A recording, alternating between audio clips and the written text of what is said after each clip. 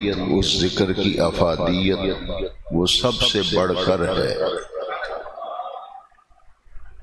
احیاء علوم الدین میں حجت الاسلام سیدنا امام غزالی علیہ رحمہ نے حدیث شریف بیان فرمائی کہ حضور سید العالمین محمد الرسول اللہ صلی اللہ علیہ وسلم نے ارشاد فرمایا کہ اللہ کے ذکر کی ایک محفل 20 لاکھ بری مجلسوں کا کفارہ ہے۔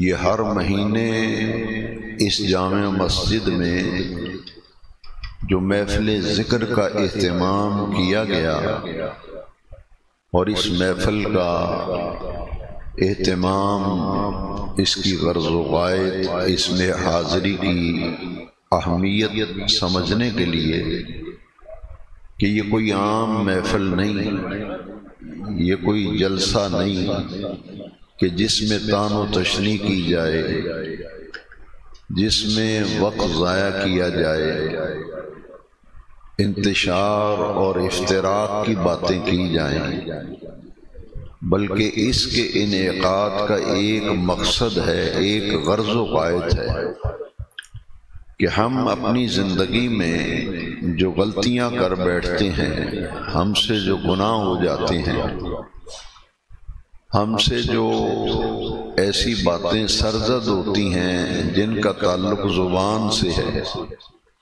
کہ ہمیں وہ بات نہیں کہنے چاہیے تھی لیکن ہماری زبان سے وہ بات نکل گئی۔ بہت سے ایسے کام ہیں جن کے کرنے کے بعد ہمیں سوچ آتی ہے کہ یہ کام مجھے نہیں کرنا چاہیے تھا۔ ایسی بات جو ہم سے ہو جائے، ایسا کام جو ہم سے ہو جائے، ان کا تدارک اور ان کی معافی اور ان کی مغفرت کے لیے پھر انسان اپنے اللہ کی طرف رجوع کرتا ہے، کیونکہ قرآن مجید میں رب کریم نے فرمایا من یغفر الذنوب الا اللہ، کہ اللہ کے سوا کون ہے جو تمہاری بخشش کرے گا، تمہارے گناہوں کو معاف فرمائے گا۔ تو اس بخشش و مغفرت کے لیے رجوع الی اللہ، اپنے اللہ کریم کی طرف رجوع کرنا، اس کی بہترین صورت جو ہے وہ نماز ہے۔ رجوع الی اللہ کے لیے بہترین عمل اور بہترین کام، بلکہ اس سے بڑا کوئی کام ہی نہیں، اس سے بڑی کوئی نعمت اور دولت ہی نہیں کہ جتنی برکتیں رب کریم نے اپنے ذکر نماز میں رکھی ہیں۔ یہ نماز کو ذکر میں نہیں کہہ رہا، بلکہ عرش والے رب نے قرآن میں نماز کو اپنا ذکر قرار دیا۔ آیت کریمہ سن لیجئے، اقم الصلاۃ لذکری، اقم الصلاۃ لذکری، میرے ذکر کے لیے صحیح صحیح ادا کیا کرو اور بر وقت ادا کیا کرو نماز۔ تو ذکر الہی کی افضل ترین صورت کیا ہوئی؟ نماز۔ رجوع الی اللہ اور تعلق مع اللہ تعالی، جس دور میں سے میں اور آپ گزر رہے ہیں، اس دور میں بے عملی جو ہے، دین سے دوری، دین سے غفلت، دین کے معاملات میں شکوک و شبہات، اعتراضات، غلط فہمیاں وہ جنم دے رہی ہیں۔ ان ساری چیزوں سے اپنا دامن بچانا ضروری ہے، ان ساری چیزوں سے اپنا دامن بچانا، بلکہ ان سے دور رہنا ضروری ہے۔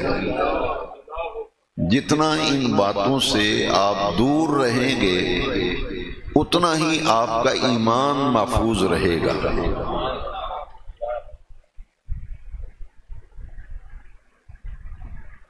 اتنا ہی ایمان محفوظ رہے گا۔ آپ تجربہ کر لیں، یہ جو کشمکش چل رہی ہے، تان و تشنیع کا دور ہے، اس میں وہ لوگ حصہ لیتے ہیں جنہوں نے کبھی نماز نہیں پڑھی، جو کبھی مسجد میں نظر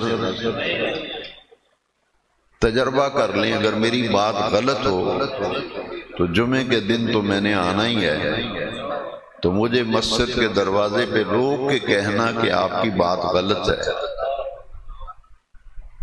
یہ سارے کام وہ لوگ کرتے ہیں جو بے نماز ہیں اور بے عمل ہیں، جن کو کبھی آپ قرآن کی تلاوت کرتے نہیں دیکھیں گے، کبھی ان کو مسجد میں نماز پڑھتے نہیں دیکھیں گے۔ ان کا ایک ہی کام ہے سازشیں کرنا، فتنہ اور فساد پھیلانا۔ اس لیے میں آج کی محفل میں نہایت درد دل سے عرض کروں گا، ان ساری چیزوں سے اپنا دامن چھڑاؤ، ان بحثوں میں مت پڑو، نہ ان کے متعلق پوچھا جائے گا، نہ ان کے متعلق سوال ہوگا، اور ان چیزوں کی حقیقت ہی کوئی نہیں۔ جن مسائل میں آپ کو نوجوان نسل کو الجھایا جا رہا ہے، ان سب چیزوں سے بچا کر دو کام کر لو۔ ایک، اپنے رب کریم سے تعلق بندگی، اس کے اندر اور اضافہ کرو، اس کے اندر اور مضبوطی پیدا کرو۔ دن رات یہ فکر کیا کرو کہ میں اپنے اللہ کے قریب کیسے ہو سکتا ہوں، میں اپنے اللہ سے تعلق بندگی کس طرح مضبوط کر سکتا ہوں۔ اور دوسری یہ فکر کریں کہ اپنے نبی کریم صلی اللہ علیہ وسلم کی محبت، آپ کا پیار، آپ کی چاہت، آپ کی لگن میرے دل میں کیسے بڑھ سکتی ہے، حضور سے پیار کیسے اوپر لے جا سکتا ہوں، اور حضور کی اطاعت اور حضور کی شریعت مطہرہ پر عمل کرنے کے لیے مجھے کون کون سے کام کرنے چاہیے۔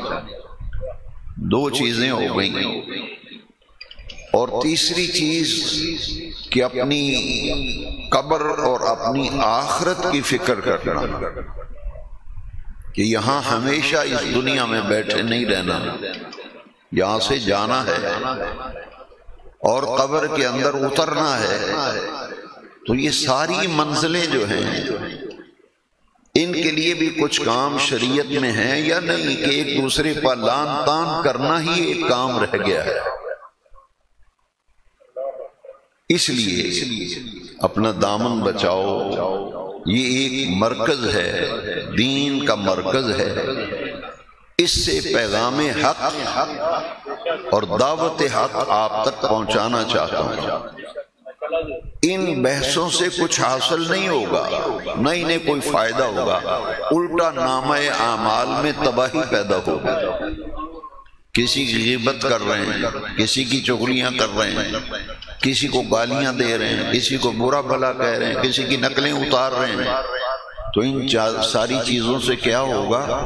تباہی ہوگی۔ نوجوان نسل کو اللہ کے دین کی طرف لانا، یہ ہے اصل کام جو میرے اور آپ کے کرنے کا ہے۔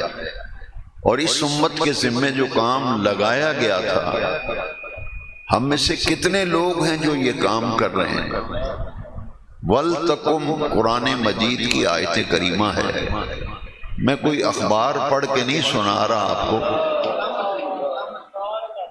نہ کسی تنظیم اور تحریک کا میں آپ کو منشور پیش کر رہا ہوں، میں تو قرآن کی آیت سنا رہا ہوں۔ وَلْتَقُمْ مِنْكُمْ أُمَّةٌ يَدْعُونَ إِلَى الْخَيْرِ، تم میں سے کچھ لوگ ایسے ہونے چاہیے جو لوگوں کو نیکی، خیر، ہدایت اور بھلائی کی طرف بلائیں۔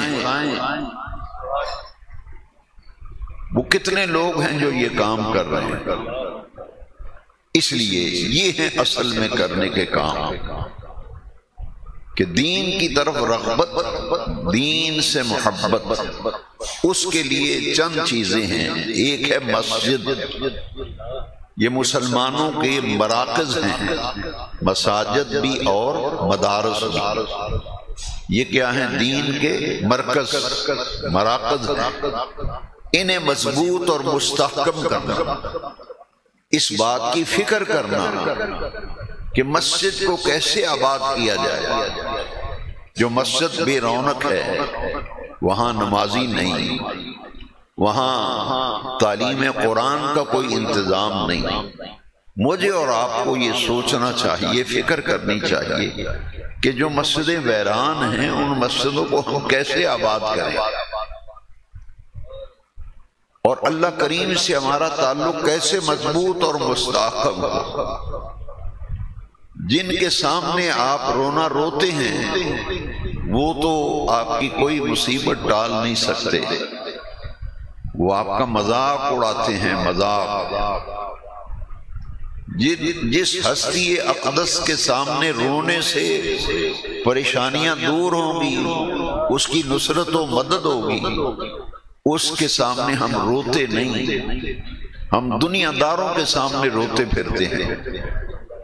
جو خود تباہی میں گرے ہوئے ہیں وہ آپ کو کیسے بچائے گا؟ جو خود تباہ شدہ ہے وہ آپ کو کیسے بچائے گا؟ رونا ہے تو سحری کے وقت اٹھ کر اپنے رب کے پاس رویا کرو۔ اگر دل کا دکھڑا سنانا ہے تو اپنے رب کریم کو سنایا کرو، اور سنانے کا وقت جو ہے وہ وقت تہجد ہے۔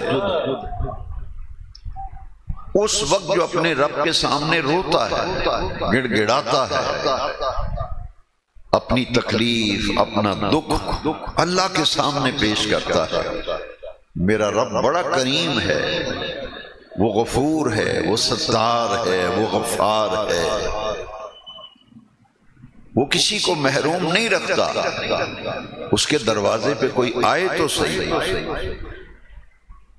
اس لیے ہمیں تعلق باللہ تعالی بھی اسے کہہ سکتے ہیں، تعلق مع اللہ تعالی بھی کہہ سکتے ہیں، رجوع اللہ بھی کہہ سکتے ہیں۔ ایک ہی کام کے تین نام ہیں، رجوع اللہ، تعلق باللہ تعالی۔ یہ مضبوط اور مستحکم اگر ہوگا تو اپنے آپ کو پاک اور صاف ستھرا رکھنے سے ہوگا۔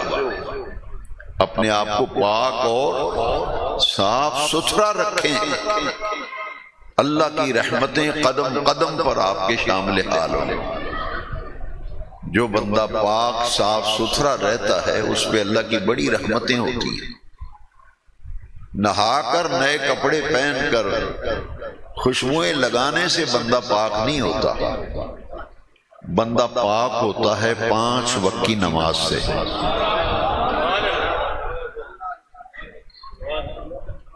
بندے کی گندگی، بندے کی غلاظت، ایک جسمانی غلاظت ہے، ایک باطنی غلاظت ہے۔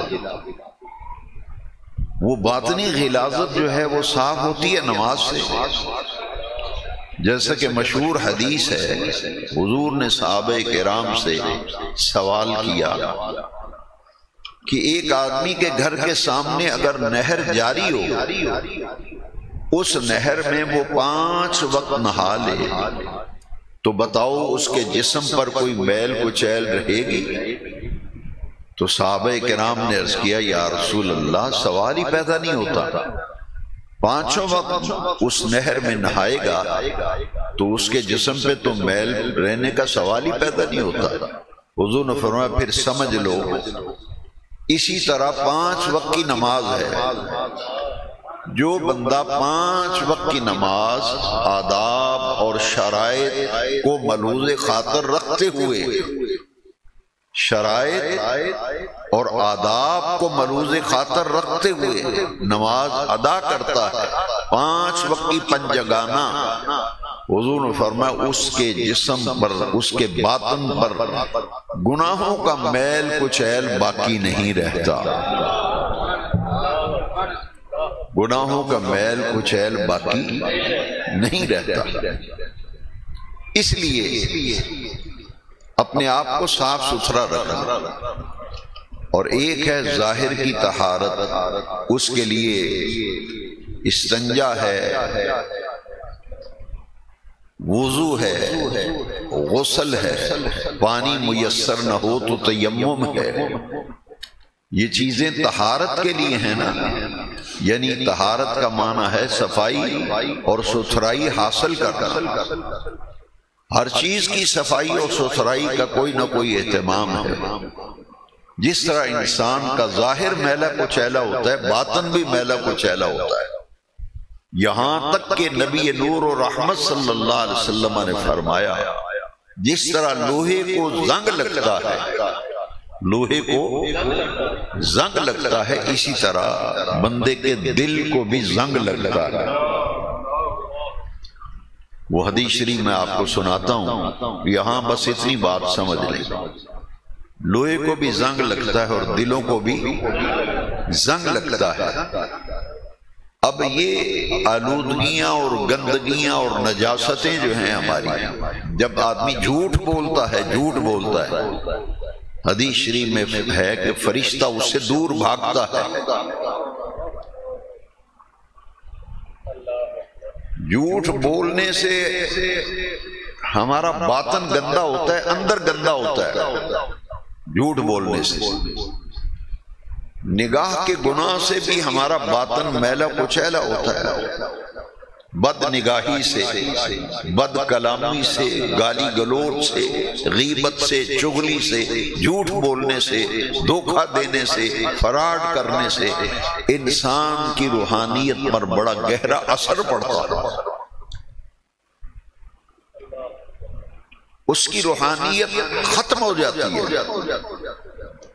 اس لیے قرآن مجید میں زور دیا گیا، تزکیے کا لفظ قرآن مجید میں بار بار آیا، قد افلح من تزکا، وہ شخص کامیاب ہو گیا جس نے اپنا تزکیہ کر لیا۔ تزکیہ کہتے ہیں صفائی ستھرائی کرنا، اور یہ حضور نبی کریم علیہ السلام کے فرائض نبوت میں شامل ہے۔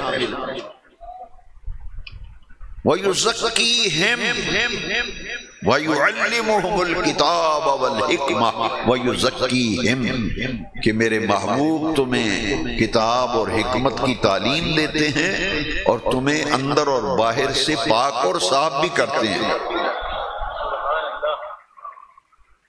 تو مسلمان کے لیے تعلیم و تربیت یعنی دین سیکھنا، یہ جذبہ کار فرما ہو تو پھر آدمی ان محفلوں سے دور نہیں رہ سکتا، اور محفلوں میں لوگوں کو یہ چیز حاصل ہو، لوگوں کو یہ چیز حاصل ہو کہ کچھ تعلیم بھی مل رہی ہے، تربیت بھی ہو رہی ہے، باطن کا تزکیہ بھی ہو رہا ہے، نیکی کا ذوق و شوق بھی پیدا ہو رہا ہے، پھر تو ہماری یہ محافل فائدہ مند ہوں گی۔ اگر نفرتیں لے کے جانا ہے محفل سے، نفرت، بغض، حسد، عناد اور کینہ لے کے جانا ہے، پھر وہ محفلیں بھی ہماری تباہی کا باعث بنے۔ اس لیے اس دور میں میں اپنے نوجوان بیٹوں اور بزرگوں سے عرض کروں گا کہ ہم سب مل کر کرنے والا کام یہ ہے کہ ہم دین کی تعلیم، قرآن مجید کے احکام کو سیکھیں، سمجھیں، ان پر عمل کریں اور ان کو لوگوں تک پہنچائیں۔ وَلْتَكُمْ مِنْكُمْ أُمَّةٌ يَدْعُونَ إِلَى الْخَيْرِ، لوگوں کو خیر کی طرف بلاؤ، دعوت دو۔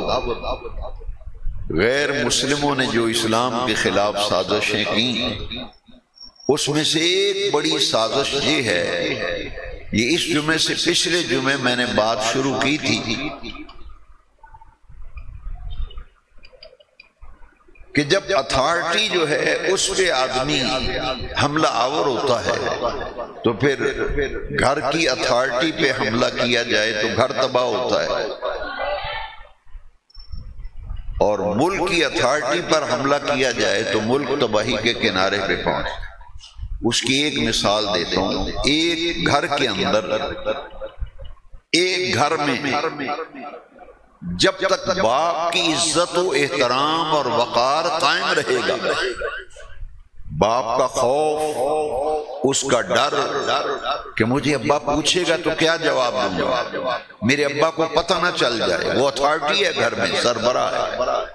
جب باپ کی قدر و منزلت ہی نہیں رہے گی تو مجھے بتائیے اس اولاد کو کوئی کنٹرول کر سکے گا؟ باپ کی نظروں میں اہمیت ہی نہ ہو.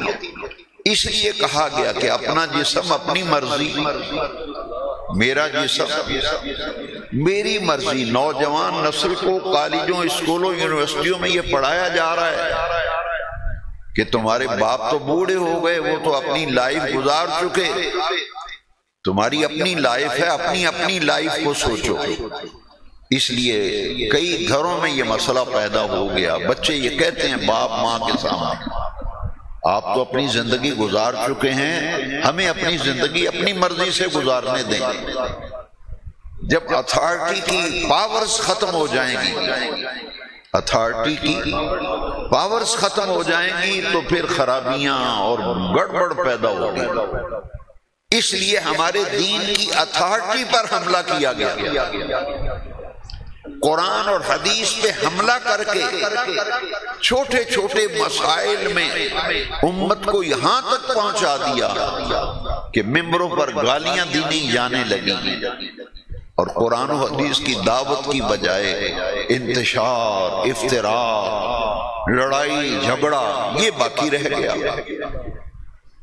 اس لیے اس محفل ذکر سے فائدہ اٹھاتے ہوئے آج میں نے ارادہ کیا کہ میں قرآن مجید کے 22ویں پارے میں سے سورہ الاحزاب کی 3 آیات، آیت نمبر 41، 42 اور 43، 3 آیتوں کی روشنی میں آپ کو بتاؤں کہ اگر اپنا دامن بچانا چاہتے ہیں، دنیا کی زندگی تو چند روزہ ہے، یہ جھگڑے ختم نہیں ہوں گے، 1400 سال سے نہیں جھگڑے ختم ہوئے، تو آج آپ کی تقریر سے ختم ہو جائیں گے، آپ کی گالیاں دینے سے یہ مسئلہ حل ہو جائے گا. اس لیے میں اور آپ وقت ضائع نہ کریں. ہم اپنا وقت ضائع کر رہے ہیں. اس وقت سے فائدہ اٹھا کر اس زمین کے گڑے کے لیے کچھ فکر کر لیں جہاں مرنے کے بعد ہمارے پیارے اپنے کندھوں پہ اٹھا کر ہمیں خود لحد میں اتار کے آئیں. وہاں ان لوگوں میں سے کوئی بھی آپ کے کام نہیں آئے گا، بلکہ یہ تو آپ کے جنازے میں لوگ نہیں آئیں گے، آپ کا افسوس کرنے نہیں آئیں گے جنہوں نے اپنی بھٹی کا تمہیں ایندھن بنایا ہوا ہے.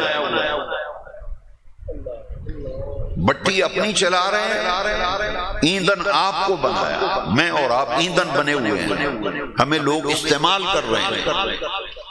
اس لیے آؤ اس محفل ذکر میں 3 آیتوں کا سبق پڑھ کر اسے پلے باندھ لیں اور ایسے کلپ نہ سنیں، ایسی تقریریں نہ سنیں، ایسی محفلوں میں نہ جائیں.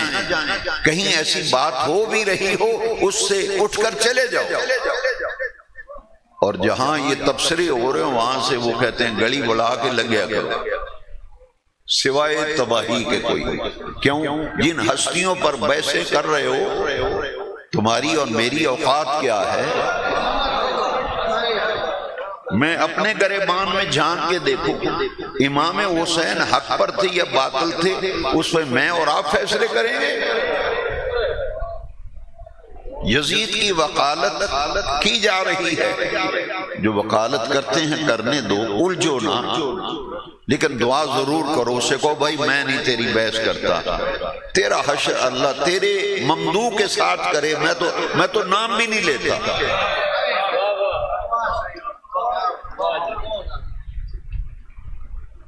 کافر کہنا چاہیے نہیں کہنا چاہیے، لعنت ڈالنی چاہیے نہیں. بازار میں 100 باری بندے نو گانا کر دیو، لانتیا کہتے ہیں نہیں ایک دوسرے سے، یہ بڑا لانتی ہے. وہاں کسی مفتی نے کہا ہے کہ لعنت ڈالنا، نام لے کے لعنت ڈالنا جائز ہے، یعنی کہا ہے کسی نے؟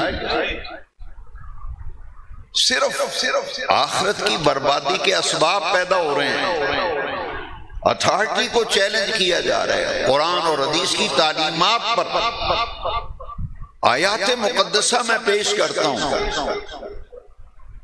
جن میں یہ سارے مسئلے ہیں، لیکن ان کو چیلنج کیا جا رہا ہے کہ جب دین کا اثر رسوخ ختم ہوگا تو پھر نوجوان نسل دین سے بیگانہ ہو جائے گی۔ تو جوڑو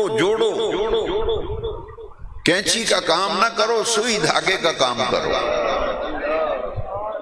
نفرتیں نہ پھیلاؤ، محبتیں بانٹو۔ قرآن اور حدیث کی یہی تعلیم ہے۔ اگر میرے سے تعلق رکھنے والا اپنے آپ کو مجھ سے وہ ظاہر کرتا ہو کہ میرا بڑا تعلق ہے، میں کہتا ہوں میرا اس سے کوئی تعلق نہیں، وہ کہتا رہے میرا بڑا تعلق ہے، میں بڑا قریب ہوں، میرا اس سے لا تعلقی کا اعلان کرتا ہوں۔ جو ان بحثوں میں، ان جھگڑوں میں کسی گروپ کا حصہ بنے، میں اس سے اعلان برات کرتا ہوں، میرا اس سے کوئی تعلق نہیں۔ ہم تو صحابہ کے بھی نیاز مند ہیں، اہل بیت کے بھی انتہائی اخلاص کیش ہیں۔ ہم نے یزید سے کیا لینا دینا ہے؟ ہم تو حسینی ہیں، بحث ہم نہیں کریں گے، نہ ہمیں کوئی ضرورت ہے۔ ہم نے حسین کا پلہ پکڑا ہوا ہے، اور اسی لیے میرے بڑے کہہ گئے الہی بحق بنی فاطمہ کہ بر قول ایمان کنی خاتمہ، اگر دعوتم رد کنی ور قبول منو دست و دامان آلے، کہ آخر وقت تک اس گھرانے سے بے وفائی جس نے کی۔ یہ گھرانہ کوئی معمولی گھرانہ ہے، کیسا دور آ گیا ہے۔ بچو اپنا دامن بچاؤ، قطن بحث میں نہ پڑو۔ اسے کہو بھائی آؤ کرنے والا کام کریں، نماز پڑھی ہے تو نے، آج تو نے قرآن پڑھا ہے، اس سے زیادہ میں کیا کہہ سکتا ہوں کہ جن ہستیوں پہ انگلیاں اٹھاتے ہو ان کا نام بھی لیں تو فتوے لگاتے ہو، تو نماز میں تو ان پر درود پڑھتے ہو، اللہم صلی علی محمد وعلا، یہاں یزید پہ کیوں نہیں پڑھتے؟ اپنے ابا کا نام لاؤ یہاں پہ۔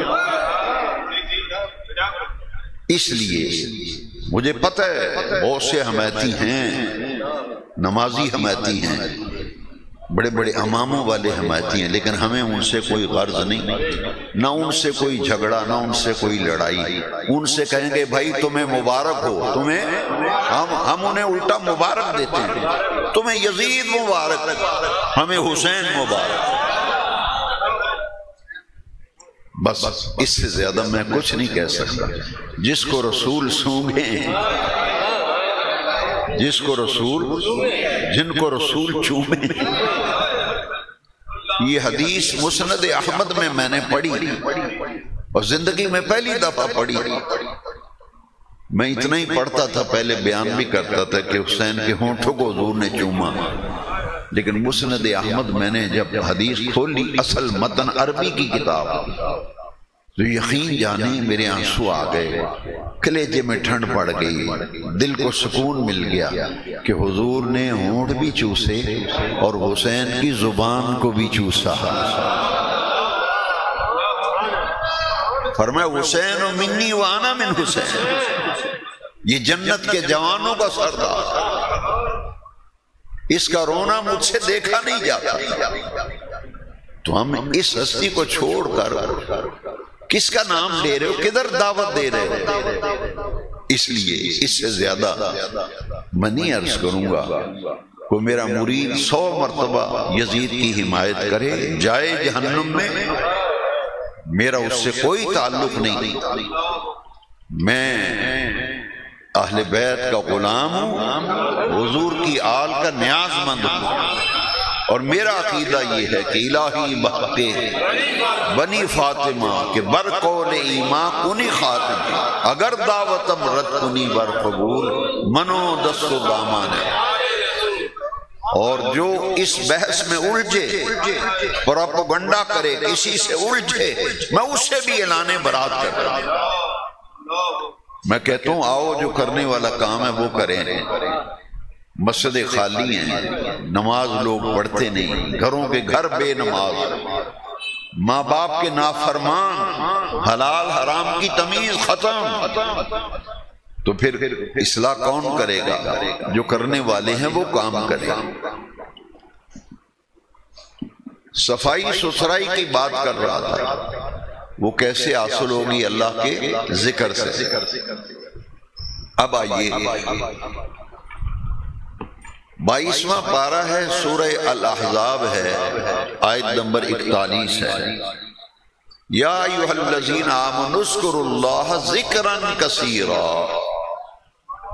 دیکھیے ذکر کی کتنی اہمیت ہے۔ اے ایمان والو اپنے اللہ کا ذکر کیا کرو، اپنے اللہ کو یاد کیا کرو، ذکرا کثیرا، اپنے اللہ کو یاد کیا کرو، بہت زیادہ یاد کرنا، بہت۔ فَسَبِّحُوهُ بُكْرَةً وَأَصِيلًا، صبح بھی اس کی تسبیح کیا کرو اور شام کو بھی اس کی تسبیح کیا کرو۔ تسبیح کیا کرو کا مطلب ہے صبح اور شام سورج نکلتے وقت، غروب ہوتے وقت سبحان اللہ پڑھا کرو، سبحان اللہ، اسے کہتے ہیں تسبیح۔ حضور نے فرمایا جو شخص سورج نکلتے وقت 100 دفعہ پڑھتا ہے سبحان اللہ و بحمدہ، 100 دفعہ سورج غروب ہوتے وقت پڑھتا ہے، نبی کریم علیہ السلام نے فرمایا اس کے گناہ سمندر کے جھاگ کے برابر بھی ہو تو اللہ معاف فرما دیتا ہے۔ یہ آیت نمبر 41 ہے سورہ الاحزاب کی، 22واں پارہ ہے۔ اس کی تفسیر میں حضرت عبداللہ ابن عباس رضی اللہ عنہ، رئیس المفسرین، سید المفسرین، امام المفسرین، شیخ القرآن، حضرت عبداللہ ابن عباس رضی اللہ تعالیٰ عنہ فرماتے ہیں کہ اللہ تعالیٰ نے اپنے بندوں پر جو احکام فرض کیے ہیں ان میں ایک حد مقرر کر دی ہے۔ جتنی چیزیں اللہ نے اپنے احکام میں فرض کی ہیں ان میں ایک حد مقرر کی ہے۔ فرماتے ہیں جیسے نماز، اس کے لیے 5 وقت مقرر کر دی، حد قائم کر دی، یہ فجر کا وقت، یہ ظہر کا وقت، یہ عصر کا وقت، یہ مغرب کا عشاء کا، ہر نماز اپنے وقت میں۔ ان الصلاۃ کانت علی المؤمنین کتابا موقوتا، کہ ہر نماز اپنے وقت میں حد مقرر ہو۔ اسی طرح روزے فرض ہیں، ان کے لیے حد مقرر ہے کہ صرف رمضان شریف کے مہینے کے روزے فرض ہیں، وہ جب آئے گا رمضان تو روزے رکھیں گے، حد قائم ہو گئی نا، کسی اور مہینے میں فرض روزے۔ اسی طرح حج ساری زندگی میں ایک مرتبہ حد مقرر ہو گئی کہ ایک مرتبہ حج پوری زندگی میں، وہ بھی صاحب استطاعت پر، اور زکوٰۃ سال میں ایک بار، وہ بھی صاحب نصاب پر۔ یہ حد اللہ نے مقرر کر دی۔ حضرت عبداللہ ابن عباس اس آیت کی تفسیر میں فرماتے ہیں لیکن اللہ تبارک و تعالی نے اپنے ذکر کی کوئی حد مقرر نہیں کی۔ ہر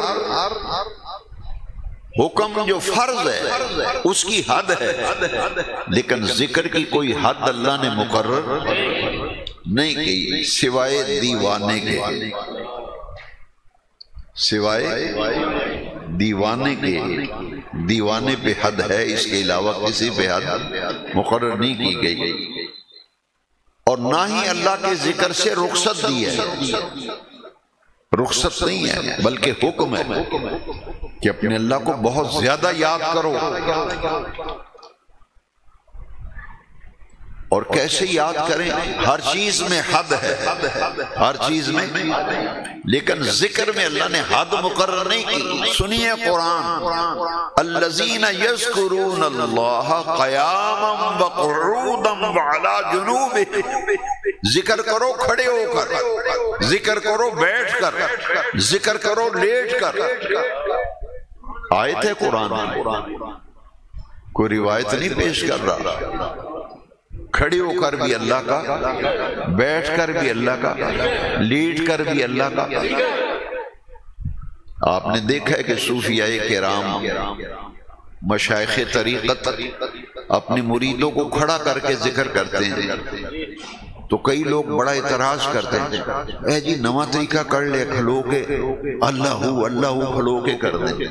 میں نے کہا رب نے قرآن میں فرمایا ہے الذین یذکرون اللہ، یہ وہ لوگ ہیں جو اپنے اللہ کا ذکر کرتے ہیں قیاماً، کھڑے ہو کر، وقعودا اور بیٹھ کر، اور ایک جگہ فرمایا وعلی جنوبہم، اپنی کروٹوں پر، لیٹے بھی اللہ کا ذکر، کھڑے بھی اللہ کا ذکر، بیٹھے بھی اللہ کا۔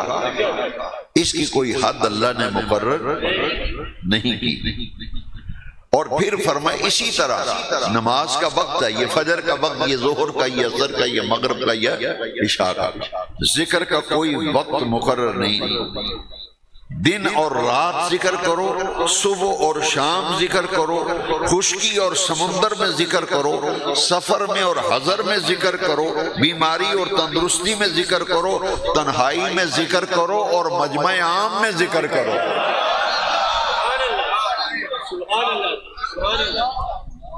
کئی لوگ آپ کو کہتے ہوئے ملیں، اے جی کلیاں ذکر کرنا چاہیے، اے جڑا تسی کٹھے ہو کے ذکر کر دو۔ قرآن نے بتا دیا کہ ذکر کی صورت کیا ہے۔ حاضرین محترم، ذکر اللہ کی طرف رجوع کرو۔ اللہ کا ذکر بہت بڑی قوت ہے، 20 لاکھ بری مجلسوں کا کفارہ ہے ایک اللہ کے ذکر کی محفل۔ اور کئی لوگ کلمہ شریف کے ذکر پر بھی اعتراض کرتے ہیں۔ نماز کے بعد جو ذکر ہوتا ہے، یا صوفیاء محافل میں ذکر کرتے ہیں لا الہ الا اللہ، لا الہ الا اللہ۔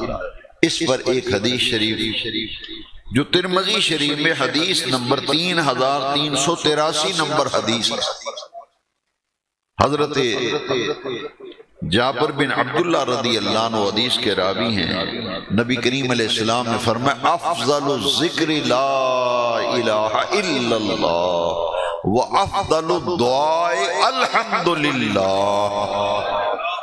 نبی پاک نے فرمایا سب سے فضیلت والا ذکر لا الہ الا اللہ ہے، اور سب سے فضیلت والی دعا الحمدللہ۔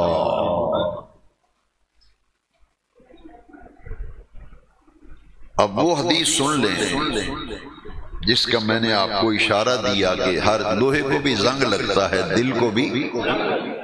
جس کا دل مسجد میں آنے کو نہ کرے، نماز پڑھنے کو دل نہ کرے، سمجھے دل کو زنگ لگ گیا۔ کئی بندے کہتے ہیں میرا جی نماز پڑھنے کو دل نہیں کرتا، پتہ نہیں کیا، کوشش بڑی کرنا پر دل نہیں کرتا، مسیطے جانا روئے کو واپس آ جانا۔ میں کہتا ہوں کہ حدیث شریف سے پتہ چلتا ہے تیرا دل جو ہے زنگ آلود ہو گیا ہے۔ دل اب یہ زنگ دور کیسے ہوگا؟ طبیعت نماز پڑھنے کی طرف آتی نہیں، سمجھانے کے باوجود ماں باپ کھپ کھپ کے مر گئے، اولاد ذکر کی طرف آتی نہیں۔ ماں باپ کو بھی سمجھنا چاہیے کہ اس کے دل کو زنگ لگ گئے، پہلے زنگ اتاروں پھر اسے کہوں کہ چل نماز پڑھ۔ وہ زنگ کیسے اترنا ہے؟ سنیے حدیث شریف۔ اس حدیث کے راوی حضرت عبداللہ بن عمرو بن عاص رضی اللہ عنہ، نبی کریم علیہ السلام نے فرمایا جس طرح لوہے پر زنگ لگ جاتا ہے اسی طرح دلوں پر بھی زنگ لگ جاتا ہے۔ حضور سے عرض کی یا رسول اللہ صلی اللہ علیہ وسلم تو دل کا زنگ کیسے صاف ہوگا؟ دل کا زنگ کس طرح صاف ہوگا؟ نبی کریم صلی اللہ علیہ وسلم نے دو چیزیں بیان فرمائیں۔ دو چیزوں سے غور سے سن لو، دو چیزوں سے دل کا زنگ اور میل کچیل اترتا ہے، دور ہوتا ہے۔ وہ فرمایا ایک اللہ کے قرآن کی تلاوت اور ایک اپنے اللہ کا ذکر۔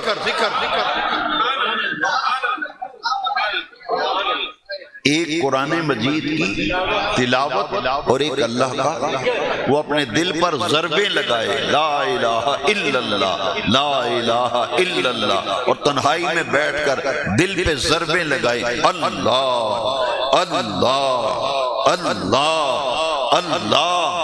جب اللہ کا ذکر کرے گا اور قرآن شریف کی تلاوت کرے گا، ان دو عملوں سے بندے کے دل کا زنگ جو ہے وہ دور ہو جاتا ہے۔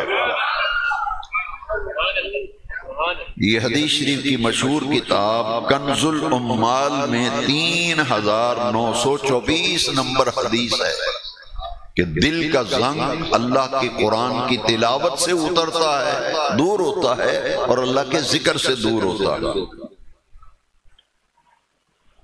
اب دوسری آیت یہ ہے، آیت نمبر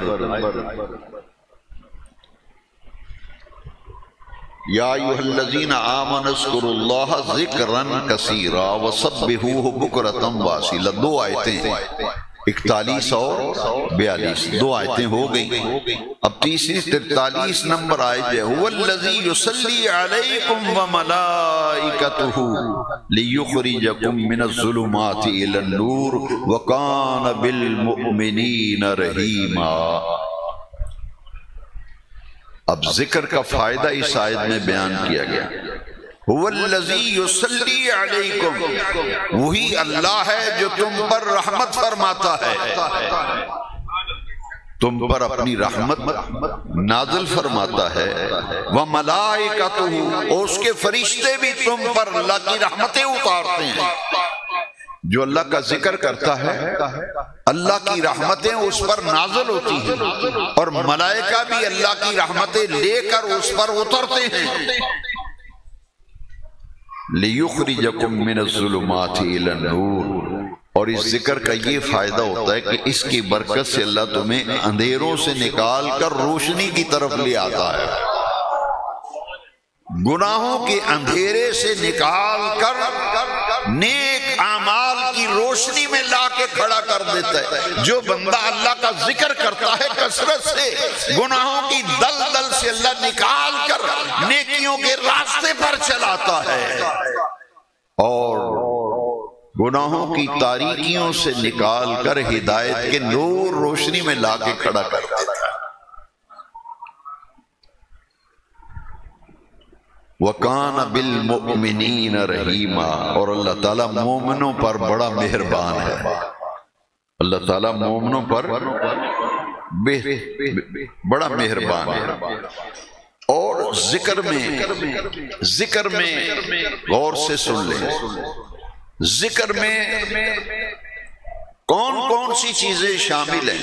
ایک تو نماز اللہ کا ذکر ہے، ایک قرآن اللہ کا ذکر ہے، اِنَّا نَحْنُ نَزَّلْنَا الذِّکْرَ، قرآن کو بھی ذکر کہا گیا۔ لیکن اس آیت کی تفسیر میں علامہ زمخشری نے لکھا تفسیر کشاف میں کہ اللہ کی حمد و ثنا کے ساتھ ساتھ ہر قسم کی نیکی، ہر قسم کی نیکی اور ہر قسم کی عبادت بھی اللہ کا ذکر ہے، ہر قسم کی نیکی اور ہر قسم کی عبادت بھی اللہ کا ذکر ہے۔ لہذا جس کو ذکر الہی کی توفیق مل گئی اس سے بڑا خوش نصیب ہی کوئی نہیں۔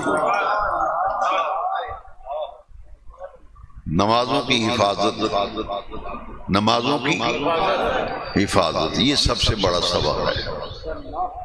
اپنی آخرت اور قبر کی فکر، جو کام کرنے والے ہیں آؤ میں اور آپ مل کر وہ کام کریں جن کاموں کے متعلق تو قبر میں پوچھے نہیں جانا، نہ ان کا کوئی فائدہ، اس میں دن رات لگے ہوئے ہیں، الجھ رہے ہیں۔ دامن بچاؤ، ان باسوں سے بچو، مسجدیں خالی ہیں پہلے انہیں بھرو، مسجدیں خالی ہیں انہیں بھرو، اور یہ مسجدیں آباد ہوتی ہیں نمازیوں سے، قالینوں سے اور ایسیوں سے مسجدیں آباد نہیں ہوتی، مسجدیں آباد ہوتی ہیں بے رغبتی ہے، نماز کس سے بے رغبتی، اس کو دور کرو۔ ہماری زندگی بے عملی آ گئی، بے عملی کو نکالو اپنی زندگی سے، عمل کی طرف آؤ۔ عمل کی طرف آؤ، اپنی زبان کی حفاظت، سوچ سمجھ کے بولو، گالیاں دینے سے کیا ملے گا، گلے کرنے سے کیا ملے گا، دامن بچاؤ، ایسی مجلسوں میں نہ بیٹھو، ان کے قریب نہ جاؤ، دور سے گزرو، اٹھ کے چلے جاؤ وہاں سے، ایسی باتیں نہ سنا کرو جس سے ایمان کا نقصان ہو، ایسی باتیں سنو جس سے ایمان کو طاقت ملے، ایسی باتیں سنو جن کو سن کر کلیجے میں ٹھنڈ پڑ جائے۔ نماز اتنی ضروری ہے، 71 لاشیں پڑی ہوئی ہیں، 71 لاشیں پڑی ہوئی، ہمیں سر درد ہو ہم نماز چھوڑ دیتے ہیں، ذرا میری طبیعت نہیں سی ٹھیک میں لمحہ پہ گیا، یہاں تو 71 لاشیں پڑی ہیں۔ امام نے فرمایا میری آخری خواہش ہے میں اپنی زندگی کی آخری نماز تو پڑھ لوں، نماز کی تو مہلت دے دو یزیدیو، نماز کی مہلت تو دے دو۔ این سجدے کی حالت میں امام نے سر کٹایا۔ کربلا کا سبق بھی یاد کرنا ہے یا صرف تقریریں ہی سننی ہے؟ کربلا کا سبق ہے آخری وقت کتنا نازک تھا، 71 لاشیں، ہمارا ولیمہ ہو بچے کا، ہماری پورے ہفتے کی نمازیں غیر، تی پتر ویانا ہوئے تے پورے مہینے دیا نمازاں دا کوئی پتہ نہیں، کدی پڑھ لی کدی نہ پڑھی۔ یہ ہے کربلا کا سبق۔ جیسے بھی پریشانی، دکھ، تکلیف، نماز نہیں چھوڑنی، نماز سے جڑ جاؤ،